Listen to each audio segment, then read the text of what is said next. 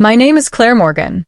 For 6 years, I worked quietly behind the scenes of a company that everyone thought belonged to my sister. My sister's name was Samantha.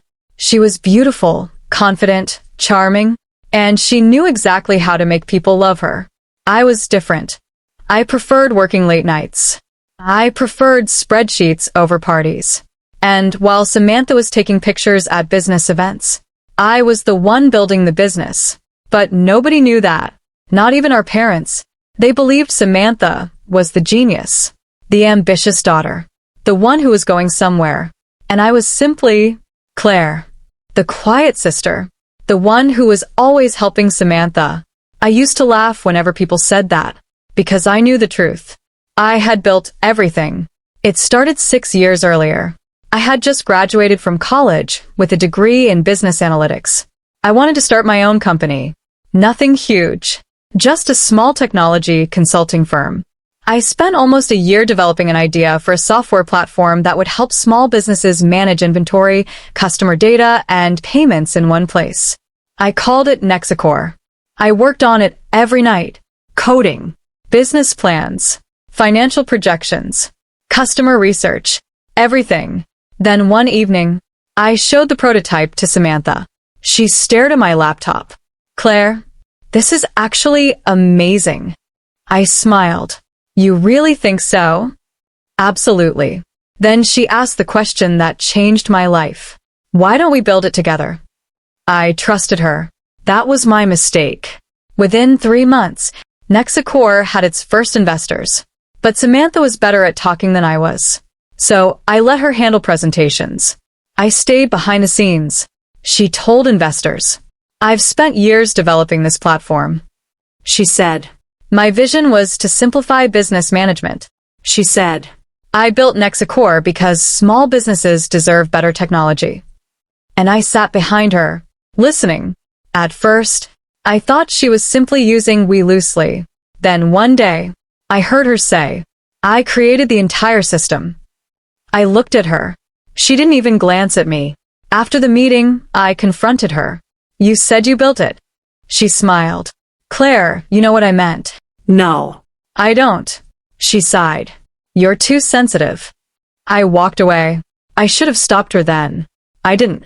Because she was my sister. And I believed family didn't betray family. 2 years later, Nexacore was worth nearly $18 million. Samantha was the public face. She appeared in magazines. She attended conferences. She was interviewed on podcasts. People called her the young tech visionary. Meanwhile, I was still working from a small office upstairs. My name appeared nowhere.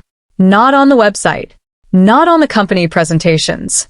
Not on the investor documents. Whenever someone asked Samantha about me, she laughed. Claire helps with administration. Administration. That word destroyed me. I wasn't her assistant. I wasn't an administrator. I had written the original business model. I had designed the software architecture. I had negotiated the first contracts. I had even personally saved the company from bankruptcy once. But nobody knew. Then came the biggest opportunity of our lives. A major corporation called Westbridge Holdings wanted to acquire Nexacore. The deal was worth almost $60 million. Samantha was ecstatic. Our parents were even more excited. At dinner, Dad raised his glass. To Samantha, Mom smiled. You're finally getting the recognition you deserve. I sat there quietly. Samantha looked at me, then smiled. Of course. Claire helped me a lot. Dad laughed. Your sister was lucky to have you. Lucky. I nearly laughed. I had built the company, and they called her lucky. The next morning, Samantha came into my office. We need to talk. I looked up. About what? The acquisition. What about it? You won't be attending the final meeting. I stared at her. Why? Because the buyers want to meet the founder. I am the founder. She smiled. No, Claire. You helped me build it. I stood up. You know that's not true. She lowered her voice. Do you really want to make this ugly? I froze. She walked closer. You don't have the investor relationships. You don't have the public profile. And legally. She paused. Most of the company is under my name. My stomach dropped. What did you do? She smiled. Nothing. You signed documents. Documents you never read carefully. I stared at her. She turned toward the door, then stopped. Just stay quiet. Let me handle this. And she left. That night, I couldn't sleep. I opened my old laptop. I started searching through my files. Emails, contracts, original business plans, source code, investor messages, everything. Then I found something. A folder I hadn't opened in years. Inside was the original Nexacore project. Every file was time-stamped. Every design, every line of development. And then, I found an old email. It was from Samantha. 6 years earlier. The subject line said, "Claire, this idea is brilliant. I promise I'll never take credit for it." I stared at the screen. My hands began shaking. She had promised. And she had broken that promise. But I still didn't know how badly. The next morning, Westbridge Holdings sent an official email. Final acquisition meeting scheduled for Friday. The message included the names of everyone required to attend. Samantha, the investors, the legal team, and one person listed under technical founder. I stared at the name, Claire Morgan. My heart stopped. I hadn't been invited by Samantha. I had been invited by Westbridge's legal team. Someone there had already discovered something. I opened the attached message. There was only one sentence. "Ms. Morgan, we have questions about the original development of Nexacore." I stared at those words. For the first time in 6 years, I felt hope. Maybe someone was finally going to ask the right question. Who actually built the company? And I had no idea that by Friday, my sister's entire perfect life was about to collapse. Friday morning, I arrived at Westbridge Holdings 10 minutes early. I was nervous, but for the first time in years, I wasn't afraid. I carried my old laptop. Inside it was everything Samantha had forgotten existed.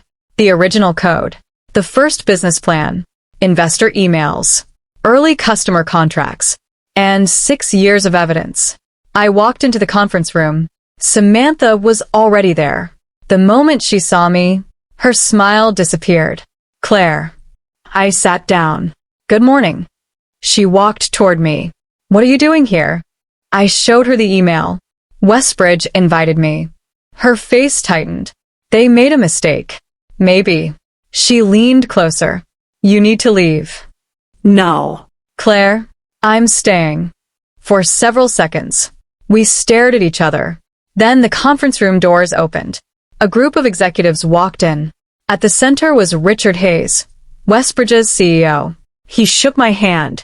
"Ms. Morgan, thank you for coming." Samantha immediately stepped forward. "Mr. Hayes, I think there's been some confusion." Richard looked at her. "About what?" "Claire isn't involved in the acquisition." Richard raised an eyebrow. "That's interesting." He placed a folder on the table. "We have her name on the original development records." Samantha went silent. Richard sat down. "So, let's begin." The first question went to Samantha. "Ms. Morgan, can you explain your role in developing Nexacore?" Samantha smiled confidently. "I founded the company." Richard nodded. "And the original software?" "I designed the concept." "And the technical architecture?" "I supervised it." He opened another file. "Did you personally write any of the original code?" Samantha hesitated. "I worked with developers." Richard looked toward me. "And you, Ms. Morgan?" I answered honestly. "I wrote the original architecture." "You developed the first prototype?" "Yes." "You designed the original database?" "Yes." "You negotiated the first 3 contracts?" "Yes." Samantha interrupted. She assisted me. Richard looked at her. "We'll let her finish." That sentence changed the entire room. Richard opened another document. This email was sent 6 years ago. He turned the screen toward us. I recognized it immediately. It was Samantha's email, the one I had found the night before. "Claire, this idea is brilliant. I promise I'll never take credit for it." Samantha's face went pale. Richard looked at her. "Did you write this?" She stared at the screen. I don't remember. Richard smiled. We expected that answer. Then he opened another file. An old investor presentation. My name was listed as original founder and technical architect, Claire Morgan. Samantha stared at it. What is this? Richard answered. It was submitted to our legal department 6 years ago. He turned toward me. Why was your name removed from later documents? I looked at Samantha. She asked me to sign updated paperwork. Richard's expression hardened. Did those documents transfer ownership? I didn't realize they did. Samantha suddenly stood. That's enough. Richard didn't even look at her. Please sit down. She sat. For the first time, I saw fear in her eyes. Then Richard asked the question I had been waiting for. Ms. Morgan, why did you remain silent for 6 years?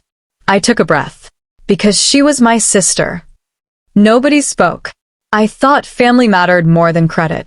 But eventually, I realized she wasn't protecting our family. She was protecting herself. Richard nodded slowly. Then he turned to Samantha. Did you knowingly present yourself as the sole founder? Samantha looked at me. Then at Richard. I built the company too. Richard answered. That's not what I asked. She said nothing. Then the door opened. A man walked into the room. I recognized him immediately. Michael Reed. He had been Nexicor's first investor. He had disappeared from the company 3 years earlier. Samantha's face changed completely. Michael? He placed a thick folder on the table. I think it's time everyone knew the truth. Richard nodded. Mr. Reed, please. Michael sat down. 6 years ago. Claire came to me with the prototype. Samantha interrupted. That's not true. Michael looked at her. I have the original investment agreement. He opened the folder. The first $250,000 investment was made directly because of Claire's prototype. Then he placed another document on the table. The original equity agreement gave Claire 51% ownership. My heart stopped. I looked at Samantha. She looked terrified.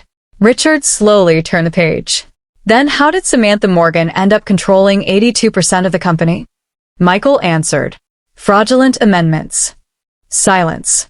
My sister whispered. That's impossible. Michael looked at her. I kept copies. Richard immediately called Westbridge's legal counsel. The acquisition meeting was suspended. Samantha tried to leave. Security stopped her. She turned toward me. Claire?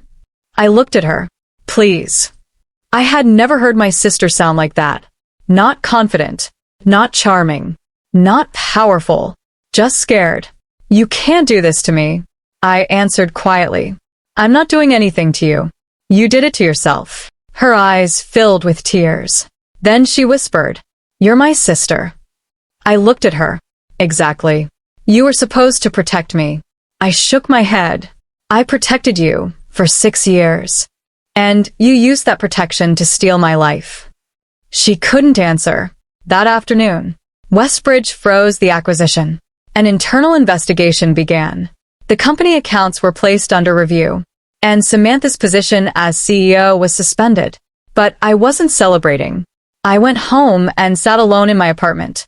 For 6 years, I had imagined what it would feel like to be recognized. I thought I'd feel powerful. Instead, I felt exhausted. Then my phone rang. It was Richard. Claire.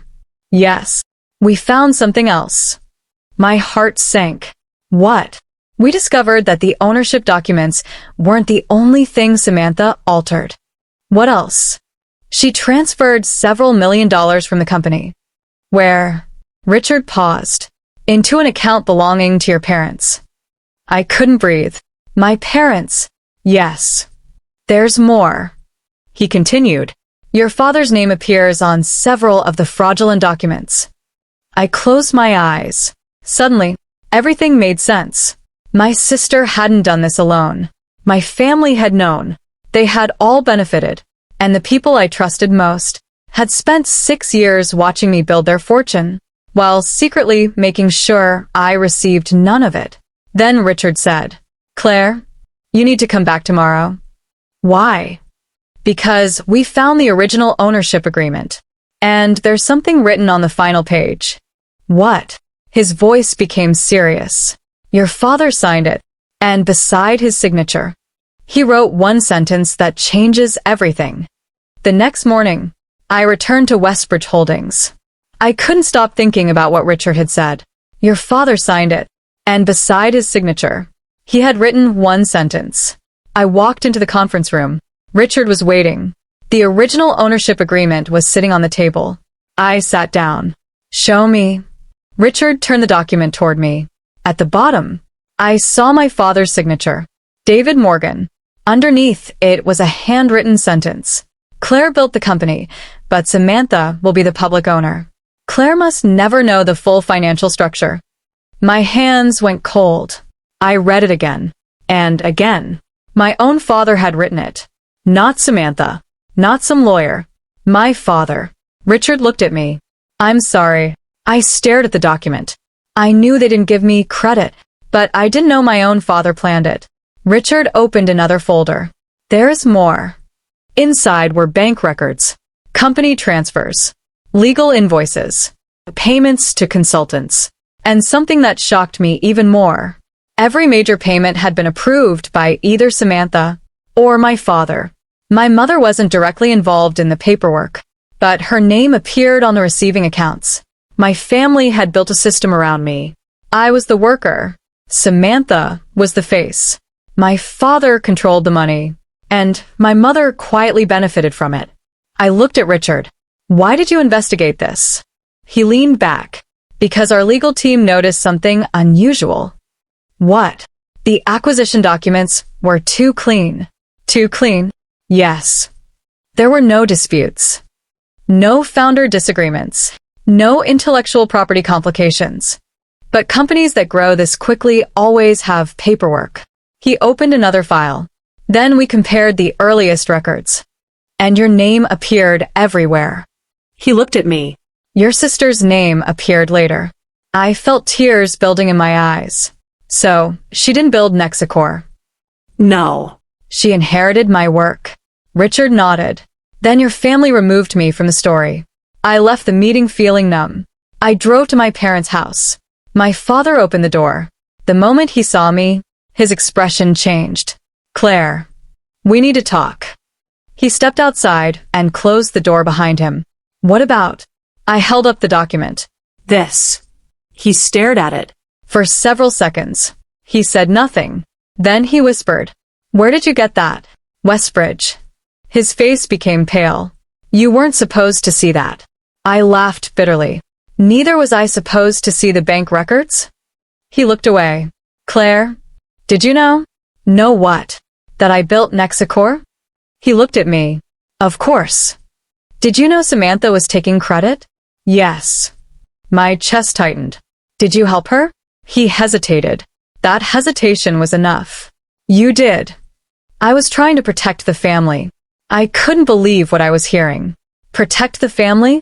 You made millions. I made the company. He sighed. You were too emotional. I stared at him. What? You never wanted the attention. That's not an excuse. You were happy working behind the scenes. No. I was afraid to fight my own sister. He looked down. And we knew Samantha could handle the public side. I shook my head. You didn't think I was good enough. He didn't answer. Because he knew it was true. Then I asked the question I'd been afraid to ask. How much did you take? My father's face changed. What? How much money did you and Mom receive from Nexicor? He looked away. I already knew the answer. But I needed to hear it. $3.2 million. I felt like someone had punched me. 3 million. 200,000? He nodded. Over 6 years. And Samantha? She received more. I stared at him. How much? About 7 million. I couldn't speak. My sister had stolen my credit. My father had taken my money. And my mother had accepted it. I turned around. Then my father said, Claire, wait. I stopped. We can fix this. I slowly turned back. How? You can take a percentage. A percentage? You'll become a partner. I laughed. You're still doing it. What? You're still trying to negotiate with me. He looked confused. I don't want a percentage. Then what do you want? I looked directly into his eyes. I want the truth. That afternoon, I went to my mother's house. She was crying before I even entered. I know. I stared at her. You know what? Your father told me. I sat down. Mom, why? She wiped her tears. Because I was afraid. Afraid of what? Losing the life we had. I shook my head. So you sacrificed me? No. You did. She couldn't answer. I stood up. I'm not here to punish you. She looked at me. Then why? Because I want you to tell the truth. She stared at the floor, then finally nodded. I will. The next day, my mother gave a formal statement to Westbridge's legal team. She admitted that my father knew about the ownership changes. She admitted that Samantha had been presented as the founder despite knowing I created the original platform. And she admitted that money from the company had been transferred into family accounts. The investigation became public. Within 24 hours, news outlets started reporting on Nexicor. Tech CEO accused of taking credit for sister's creation. Family business empire faces fraud investigation. Who really built Nexicor? My phone wouldn't stop ringing. Reporters wanted interviews. Investors wanted answers. Former employees contacted me. Some apologized. Others told me things I never knew. One former employee sent me an email. The subject line said, I saw what they did to you. I opened it. He wrote, Claire, Samantha always told us the company was her idea. But everyone in the engineering department knew the truth. Then he attached something. An old internal presentation. My name was clearly displayed on the first slide. Founder, Claire Morgan. Underneath, there was a handwritten note.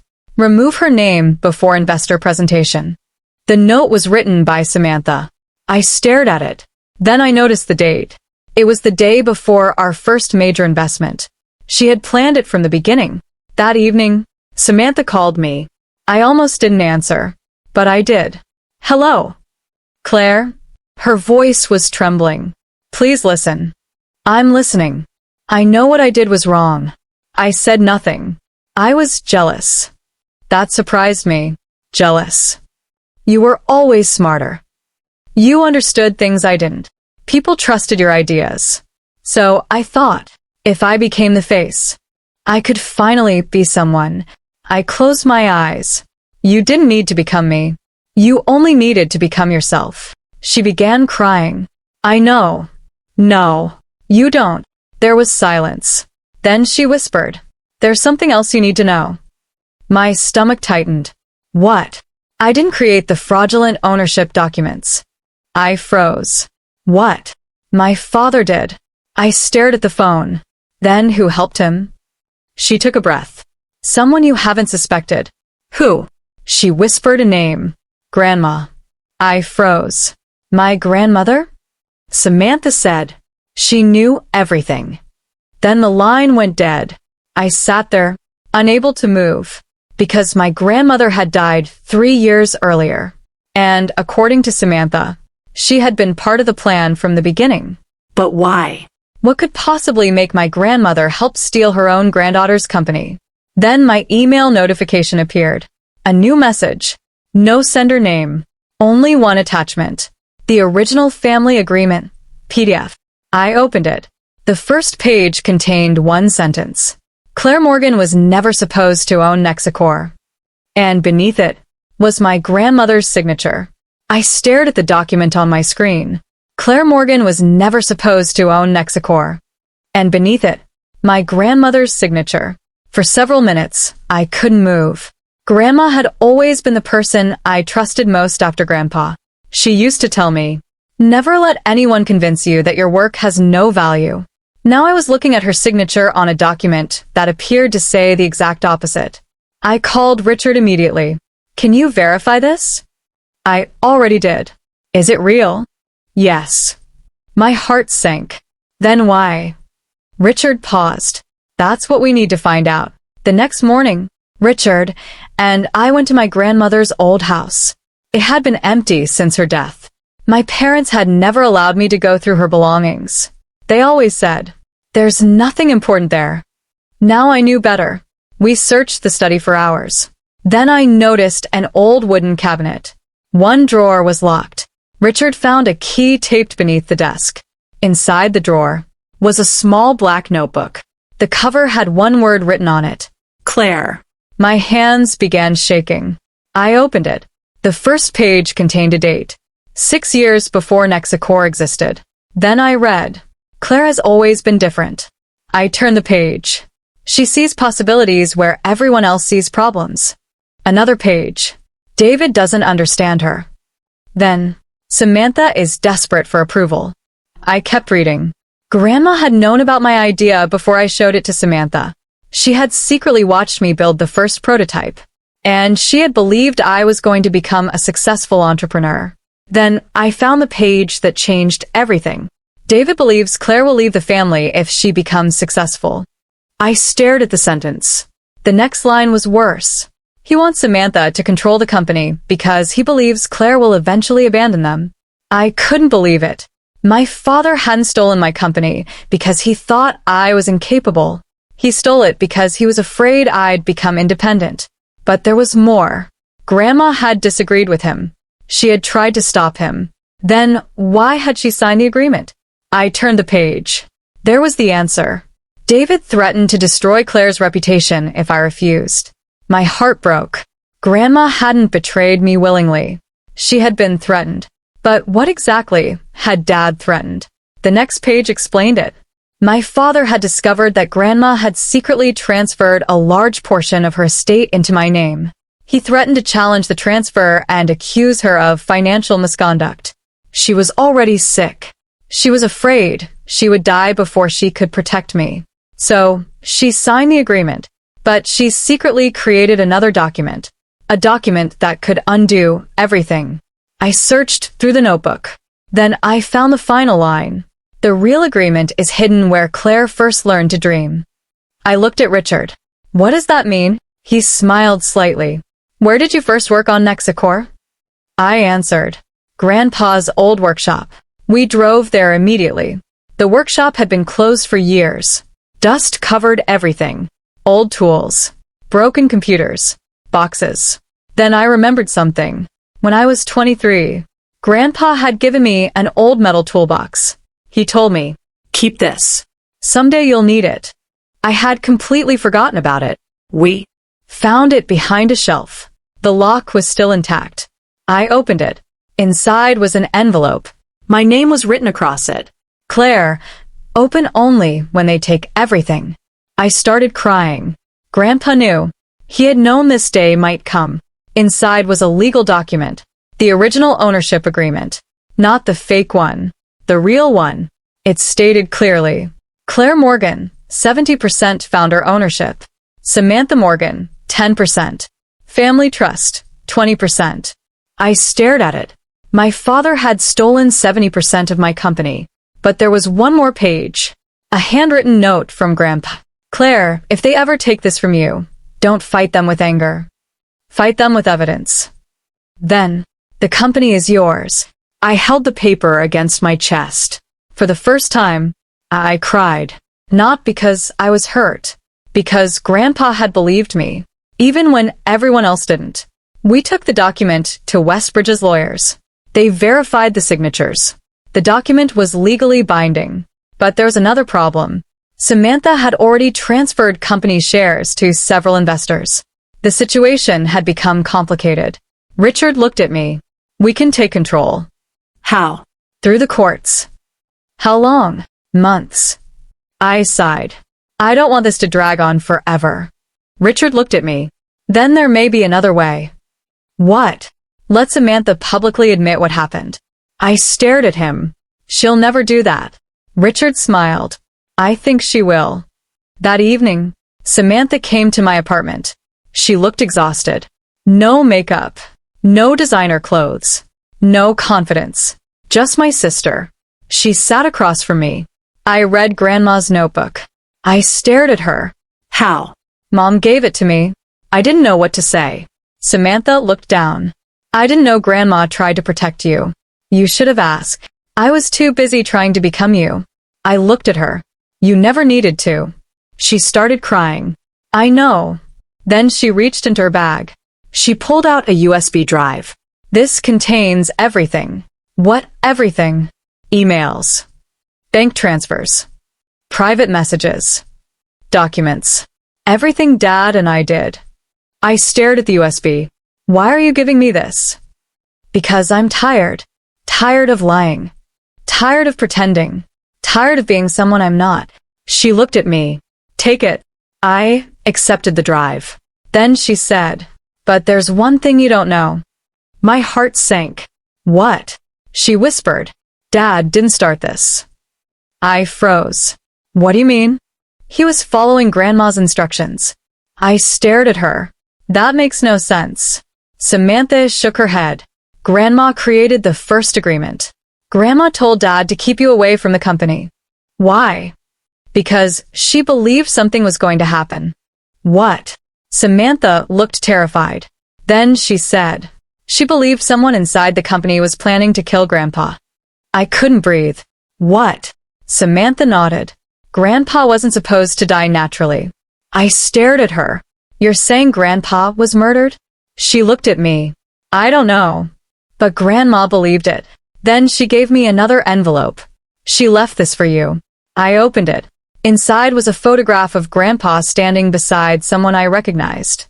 Someone who had worked at Nexacor from the beginning. Someone who had disappeared shortly after Grandpa died. On the back of the photograph, Grandma had written, "Find him before Dad does." I looked at Samantha. Who is he? She whispered. Our company's first accountant. And suddenly, the story about my stolen company became something much darker. The photograph was still in my hand. I stared at the man standing beside Grandpa. I knew him. His name was Thomas Reed.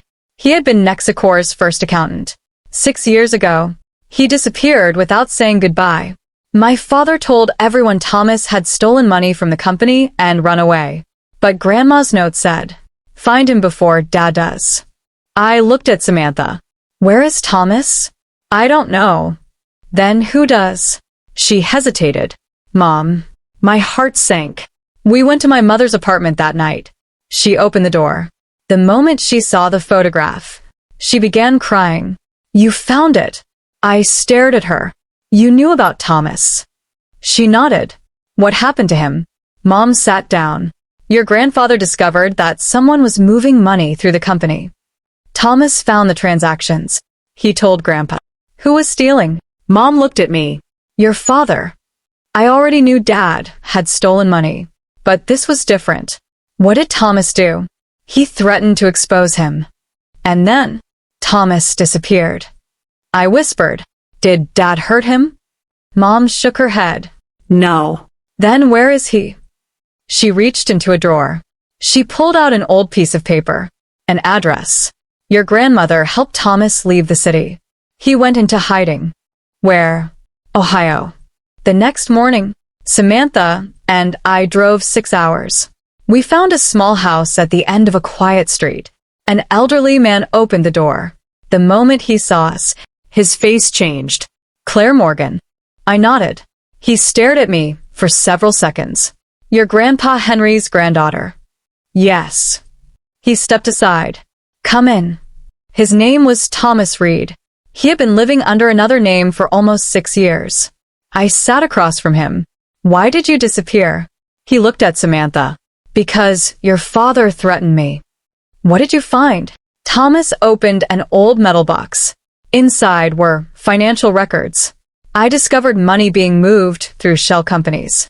Your father was taking it, but that wasn't the worst part. I leaned forward. What was? Thomas pulled out another document. Your grandfather discovered the same thing. So, why didn't he report Dad? Because he wanted to give him one chance to confess. And he refused. Thomas nodded. Then Grandpa prepared to expose him. I remembered Grandma's warning. What happened next? Thomas looked at me. The night before your grandfather died. I met him. My heart stopped. You saw him? Yes. What did he say? Thomas took a deep breath. He told me to protect you. Then Thomas handed me an envelope. This is what he gave me. I opened it. Grandpa's handwriting. Thomas, if anything happens to me, give this to Claire. Inside was a list of company accounts. And one final name. David Morgan. My father. But beneath it, there was another name. Samantha Morgan. I looked at my sister. She started crying. I didn't know. Thomas shook his head. Your sister didn't know about the money. Your father used her name. Samantha covered her face.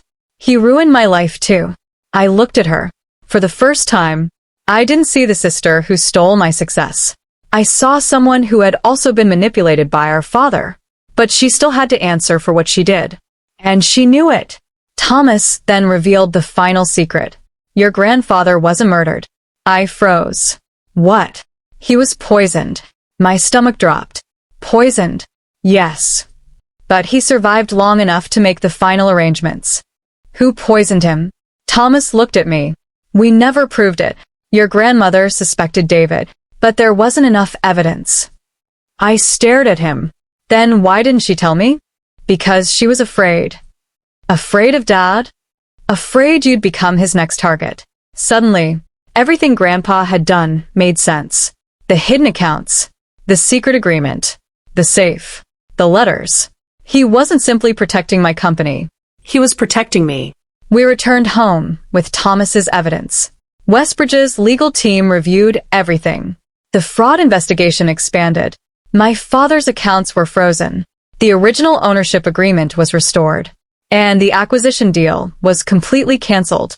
But there was one thing left. The company. I could have taken everything. I could have fired Samantha. I could have destroyed my father publicly. Instead, I called a board meeting. Everyone expected me to take control. I stood at the front of the room. I built Nexicor. Nobody disagreed.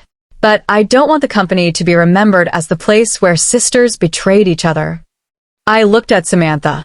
Or where families stole from one another. I announced that Nexicor would become an independent company. No family members would control it. No secret ownership. No hidden accounts. Every employee would receive transparent equity options. And Samantha would be allowed to stay. But not as CEO. She would have to earn her position again. She agreed. My father eventually faced criminal charges for fraud and financial crimes. The stolen money was recovered. The court ordered him to repay the company. My mother cooperated with investigators. She also gave up the money she had received. Grandma's original agreement was finally recognized, and the company officially became mine. But I didn't keep the title of CEO forever. After 2 years, I appointed an independent executive team. I remained the largest shareholder, but I stepped away from daily operations. I wanted something more important. I wanted to build companies where people didn't have to destroy themselves just to receive credit. One evening, Samantha came to my office. She placed something on my desk.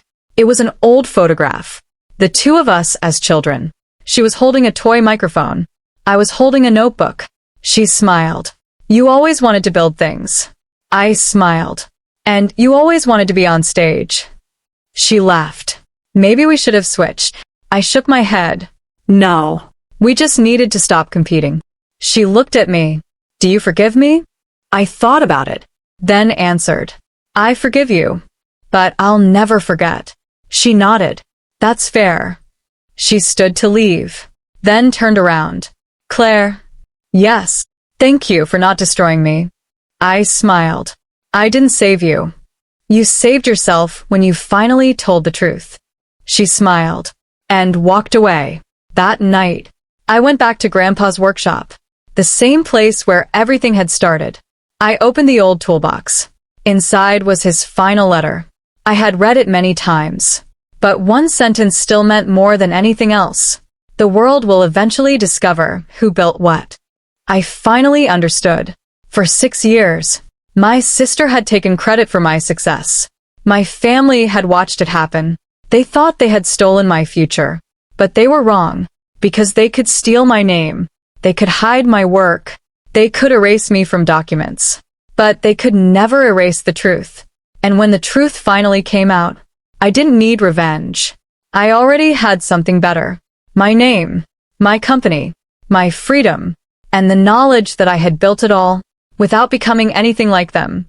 I closed Grandpa's toolbox, looked at his photograph, and whispered, "Thank you for believing in me." Then I walked out of the workshop. For the first time, I wasn't walking away from my family. I was walking toward my own life.